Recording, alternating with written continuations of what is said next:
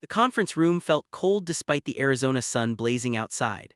Tiana sat across from my attorney, Marcus Webb, her designer handbag resting on the polished mahogany table. My family lined the walls, my sister Claire, my cousin Jerome, colleagues from the firm. Tiana's smile was wide, confident. She'd been planning what to do with the money for weeks, I knew. Marcus cleared his throat and began reading. The estate of Andre Lawson in its entirety is hereby bequeathed to the Elaine Lawson Foundation for Architectural Education. Tiana's smile froze. Her perfectly applied lipstick seemed to crack at the corners. What? She whispered. There must be a mistake. Marcus slid a sealed envelope across the table. Her name was written in my handwriting across the front. Mr. Lawson left this for you, Mrs. Grant. He used her maiden name deliberately. Her hands trembled as she reached for it. The room held its breath. I wish I could have seen her face when she opened it. But I was already gone, finally at peace. Tiana tore open the envelope with shaking fingers. Inside was a single sheet of paper, my final words to her. She read aloud, her voice breaking. You never wanted my name, so you don't get anything that comes with it. Gasps filled the room. Claire covered her mouth. Jerome shook his head slowly. Tiana's tears weren't the gentle kind that came with grief. They were hot, angry tears of disbelief and rage. This can't be legal, she choked out, looking desperately at Marcus. We were married, I have rights. Marcus remained professionally neutral. Mr. Lawson's will was thoroughly reviewed and validated. Everything is in order. My name is Andre Lawson. I was an architect, a son, a brother, a friend. For 7 years, I was also a husband. This is the story of how I finally got my peace and how my name became worth more than any fortune.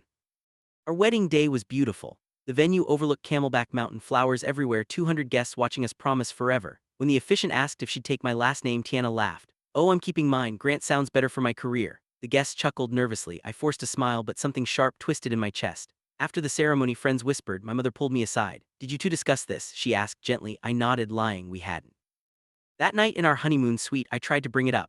Mrs. Lawson has a nice ring to it, I said playfully. Tiana was scrolling through wedding photos on her phone, already posting them. Don't call me that, she said without looking up. It's just a name, Andre, don't be so sensitive. I stood at the window looking out at the city lights and felt something I'd never felt around her before, loneliness, deep and aching, but I pushed it down. This was our beginning after all. The honeymoon in Cabo should have been paradise. Instead, Tiana spent hours on social media curating the perfect posts. Look at my perfect wedding, she captioned photos where I'd been cropped out. When I called her Mrs. Lawson playfully by the pool, she snapped. I told you not to call me that. Are you trying to start a fight? Other couples stared as her voice rose. I retreated to our balcony that evening, watching waves crash against the shore. The ocean was vast and indifferent, and somehow that felt comforting. Love wasn't supposed to feel this lonely, was it? I thought about my parents, how my father had beamed when my mother took his name, how she'd said it made her feel like they were truly one unit. But Tiana wasn't my mother, she was her own person, I reminded myself. Maybe I was being old-fashioned, maybe this was what modern marriage looked like. I tried to convince myself as the sun set over the Pacific. Back in Phoenix, I threw myself into designing our dream home. I'd been saving for years, planning every detail. The blueprints sprawled across my home office desk, Lawson House written in careful letters at the top. Open floor plans, sustainable materials, a studio with northern light for Tiana's photography hobby. I showed her one evening, excited. She barely glanced up from her laptop. We should call it the Grant Residence, she said. It sounds classier, more sophisticated. The words hit like a slap. It's my design, I said quietly. Our home, she sighed dramatically. You're so possessive about everything, Andre, can't we compromise? Then came the conversation about ownership. For tax purposes, she explained, we should put it in my name. My accountant says it makes more sense. Every instinct screamed no, but when I hesitated, tears filled her eyes. You don't trust me after everything. I signed the papers 3 days later. My dream home without my name on it. The first compromise became a pattern.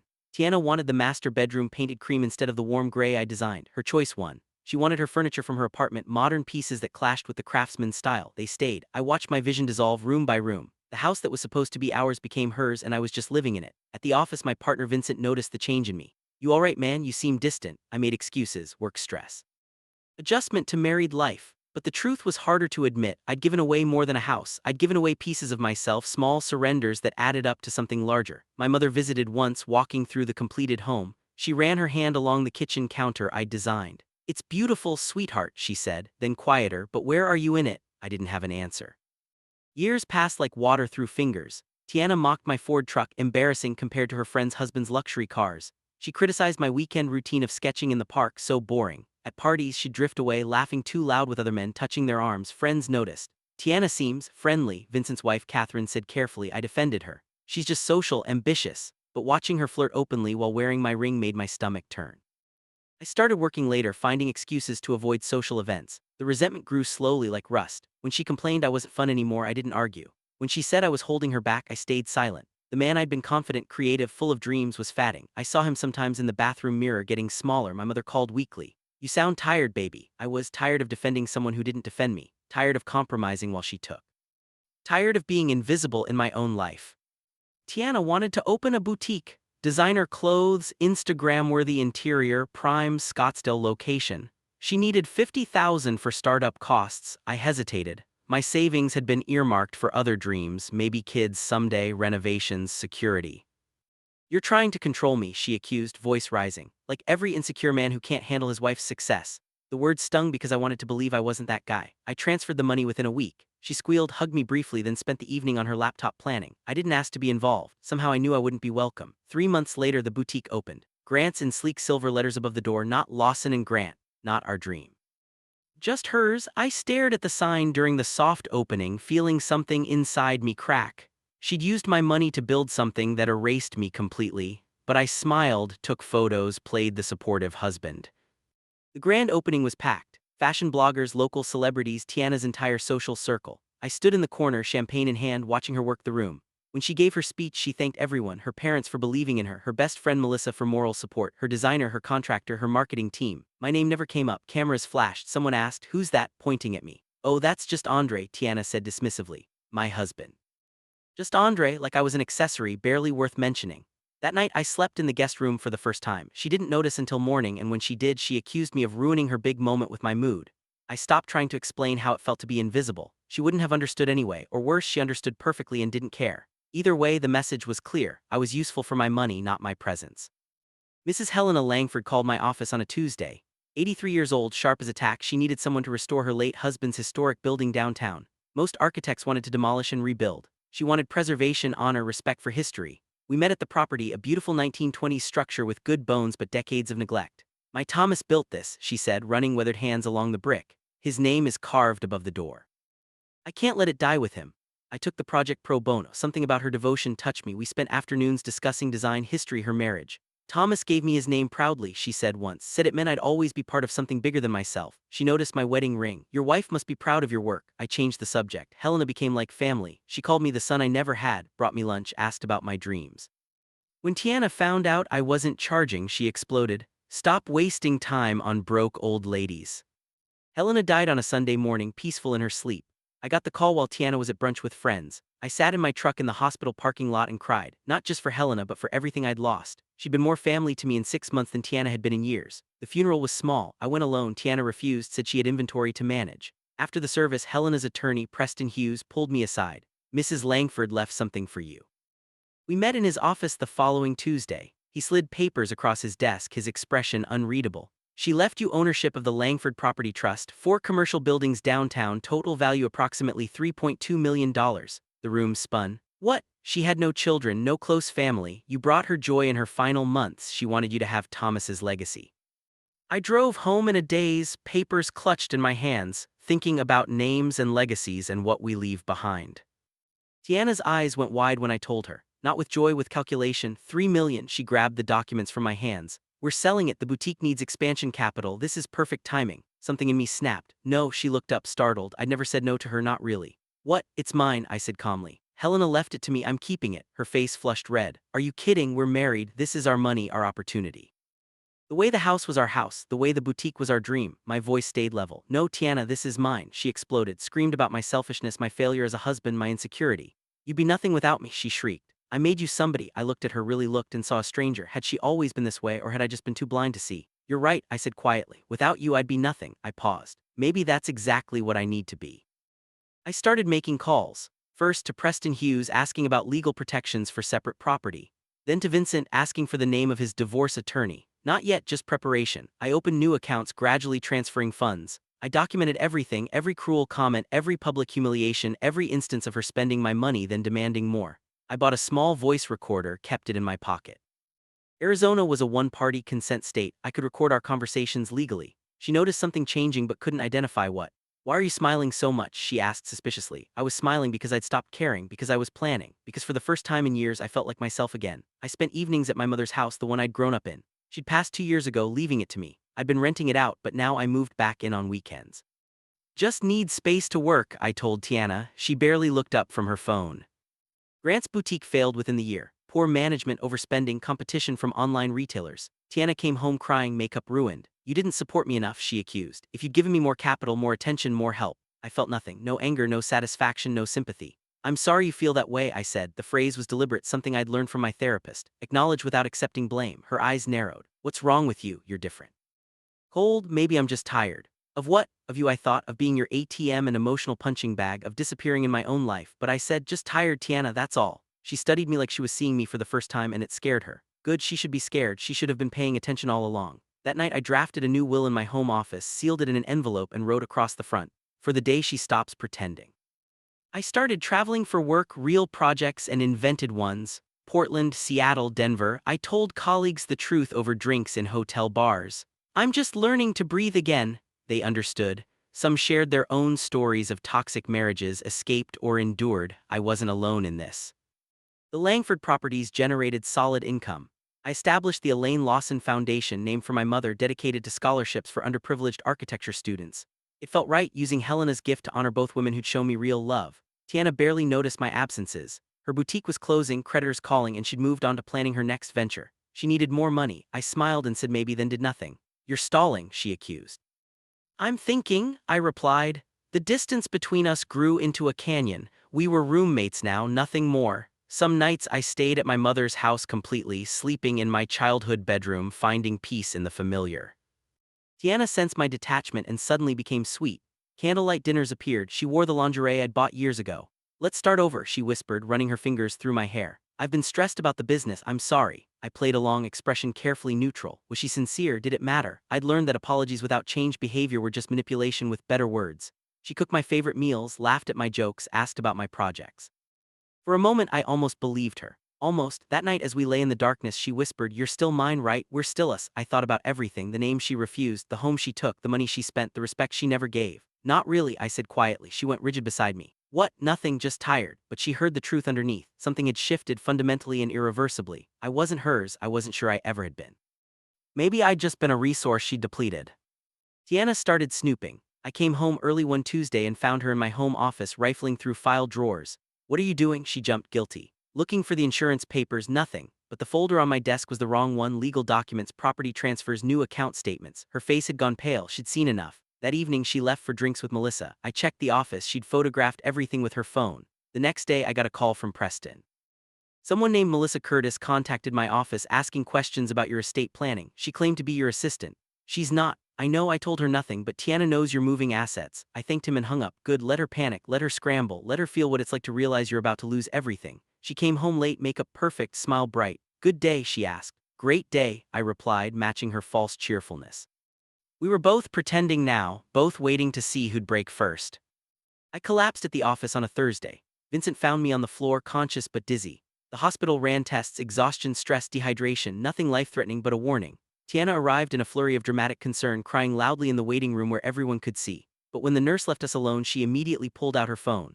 I need to call my attorney, she muttered. Not "are you okay?" Not "what do you need?" Attorney. I closed my eyes and felt an unexpected peace. The stress was from her, from this marriage, from years of pretending. And now, lying in this hospital bed, I realized something profound. I hadn't been afraid of dying. I'd been afraid of dying trapped. The doctor prescribed rest. I took 2 weeks off work and stayed at my mother's house exclusively. Tiana called twice, both times asking about finances. When I returned to our house to collect more clothes, everything felt foreign. This wasn't my home, it never had been. I sat in Preston's office and updated my will completely. Everything: the Langford properties, my retirement accounts, life insurance, my mother's house, even my truck went to the Elaine Lawson Foundation. You're leaving your wife nothing? Preston asked. She already took everything she wanted from me, I said. The difference is she took without asking. This is me choosing where my legacy goes. We structured it carefully, airtight against legal challenges. Arizona is a community property state, but inheritance and gifts remain separate property. Helena's trust was mine alone. My retirement accounts had beneficiary designations that superseded marital claims. My mother's house was separate property from before the marriage. Tiana would get exactly what she'd chosen when she refused my name, nothing that came with it. Preston smiled slightly. She won't see this coming. That's the point. I signed every document with a strange lightness in my chest. I was taking back control, one signature at a time. Freedom felt like good ink on expensive paper. Tiana's mask started slipping. At a firm dinner, she criticized my presentation in front of colleagues. Andre's always been better with buildings than people, she announced loudly. People laughed uncomfortably. Vincent's wife, Catherine, pulled me aside. Why do you let her talk to you that way? I didn't have a good answer. 2 weeks later, Catherine called my cell. I shouldn't tell you this, but Tiana's been meeting someone. Marcus Chen owns that restaurant in Tempe. They've been seen together. She paused. A lot, I thanked her calmly. The betrayal should have hurt, but it felt like confirmation. She was already moving on, probably had been for a while. I wasn't angry, I was relieved. This made everything simpler, cleaner. Let her have her affair. Let her think she was getting away with something. I was 3 steps ahead, and she had no idea the ground beneath her was already crumbling. I started documenting her absences, her lies about where she'd been, building my file thicker and thicker. I discovered the embezzlement by accident. My accountant noticed irregular transfers from our joint account. Small amounts at first, then larger. 500 here, 2,000 there, all going to an account I didn't recognize. I hired a forensic accountant. Within a week she had everything. Tiana had been siphoning money for months, using it to cover the boutique's debts, pay her personal credit cards, fund her lifestyle. Total, $43,000. I could have confronted her. Instead, I froze the joint accounts, rerouted my direct deposits, and left one shared credit card active. How fast will she max it out? I asked Preston. I give it 2 weeks. He was wrong, she did it in 11 days. Charges for designer handbags, expensive dinners, a weekend trip to San Diego. When the card declined, she called me screaming. The card isn't working. I know, I said calmly. I'm reviewing our expenses. Fix it now. I'll look into it, I lied. I never fixed it. I came home early on a Wednesday, something I rarely did anymore. Tiana was in the bedroom, on the phone, door ajar. I stood in the hallway, recorder running in my pocket. Once I get what's left in his will, I'm gone, she said. The marriage has been dead for years, but I need to wait until. She paused, listening. No, he doesn't suspect anything. He's too passive, too weak. Her laugh was cruel. I'll get the house, half his retirement, maybe some of the inheritance if I play it right. Then you and I can finally. I walked away silently. Every word recorded, every intention documented. I called Preston from my truck. It's time. You're sure? I'm sure. The next morning his office called. Tiana. Routine estate planning meeting, they said. Just updating documents now that you've been married several years. Standard procedure. She agreed immediately, probably thinking this was her chance to secure her claim. She had no idea she was walking into the ending I'd been writing for months. She'd refused my name. Now she'd learn what that really meant. The conference room fell silent as Marcus Webb finished reading the will. Tiana's face cycled through emotions: confusion, disbelief, rage, desperation. This is illegal, she choked out. I'm his wife. We're his wife, Marcus corrected gently. Mr. Lawson filed for divorce 3 days before his passing. The papers were served yesterday morning, though he didn't live to see them finalized. Tiana's perfectly applied makeup was ruining, black tears tracking down her face. He can't do this. Preston Hughes stepped forward. Actually, Mrs. Grant, he emphasized her maiden name. He could and did. Arizona allows for legal separation of assets acquired through inheritance and gift. The Langford Trust was bequeathed specifically to Andre. His retirement accounts had direct beneficiary designations. His mother's house was separate property. You have no legal claim to any of it, Claire spoke up from the back. You refused his name. You refused to be his partner. You refused everything except his money. Did you think there wouldn't be consequences? Tiana looked around the room at the faces watching her. No sympathy, no allies, just judgment. I loved him, she whispered. No, I wish I could have said. You loved what I could give you. There's a difference. The months after my passing unfolded exactly as I'd planned. Tiana tried to contest the will, but her attorney dropped the case after reviewing the evidence. The recordings of her admitting the marriage was dead, planning to leave once she secured money, calling me weak and passive. The documentation of embezzlement from joint accounts. The proof of her affair. She had no ground to stand on. The house reverted to my estate since it had been purchased with my funds, and her name on the deed was proven to be obtained through manipulation. The property was sold, proceeds going to the foundation. Her boutique debts surfaced publicly, vendors filing claims, creditors demanding payment. Without my income supporting her, everything collapsed. Friends disappeared when the money did. The social circle she'd cultivated scattered like leaves. The Elaine Lawson Foundation launched publicly with a ceremony at the university. Claire accepted on my behalf, reading a letter I'd written. My mother taught me that a name represents legacy, integrity, and love. This foundation honors her name and helps students who, like me, dreamed of building something lasting. The scholarship recipients were announced. 10 students, full rides, all from underprivileged backgrounds. Helena would have been proud. The Lawson Center for Design and Integrity was dedicated on what would have been my 38th birthday. Claire sent me photos: a beautiful building on the university campus, sustainable design, floor-to-ceiling windows, student studios filled with natural light.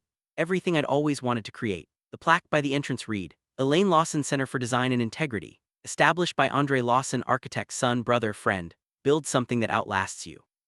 My name was there, permanent, carved in stone.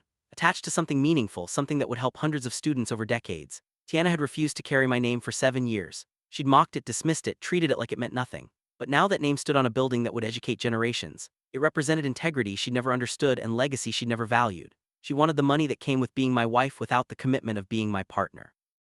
In the end, she got neither. As for me, I finally found peace, not in death but in knowing that I'd taken back control of my story, my name, and my legacy. She never wanted my name, now it stands on something that will outlive us both.